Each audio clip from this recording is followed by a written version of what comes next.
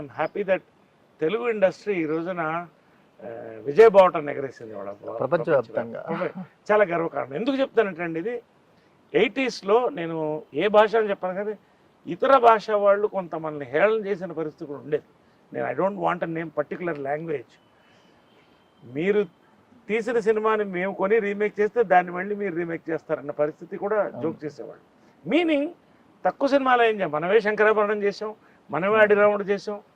అంటే ఒక వరల్డ్ మ్యాప్లో, ఒక ఇండియన్ మ్యాప్లో రీజనల్ సినిమాకి చాలా తక్కువ ఇది ఉండేది. ఇవాళ అదన్నీ దాటి ఇవాళ మనం ఒక 2000 కోట్లు 1000 కోట్లు ఇవాళ పుష్ప 2 సంక్రాంతికి ఇది so many things to come. So నాకు at 62 I'm seeing so much horizon as an actor for me. Exactly. ఈ రోజున ఈ తెలుగు సినిమా తమిళ సినిమా పోయిందండి, పాన్ ఇండియా సినిమానే. ఎవ్రీ సినిమా బాగుంటే it's a pan Indian cinema. అది దాన్ని ముందుకు తీసుకొచ్చిన తెలుగు వాళ్ళు, అది గర్వకారణం. నెంబర్ ఆఫ్ ఫిల్మ్స్ ప్రొడ్యూస్ చేస్తున్న ఇండస్ట్రీ కూడా మందే ఇప్పుడు. ఎస్ అంటే ఇవాళ నాకు సంతోషంగా ఉందండి. ఎందుకంటే అప్పట్లో మాకేంటంటే ఒక సినిమా తీయాలంటే ఆ సినిమా తీయడం కష్టం కాదు కానీ రిలీజ్ చేయడం పెద్ద కష్టం ఉండేది. థియేటర్లు ఇవన్నీ.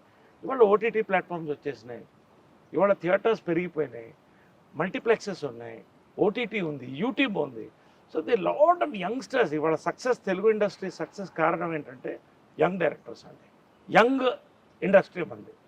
సో ఇవాళ ఓటీటీ ప్లాట్ఫామ్ ఈజ్ ఈక్వల్గా దానికి ఒక రెస్పాన్స్. ఇవాళ today I have gained a very good market as a hero in OTT, as an actor in OTT. అదేవిధంగా I'm balancing with theatre. It's a good time for young people to come in and we in Telugu especially మనం we become Indian film makers.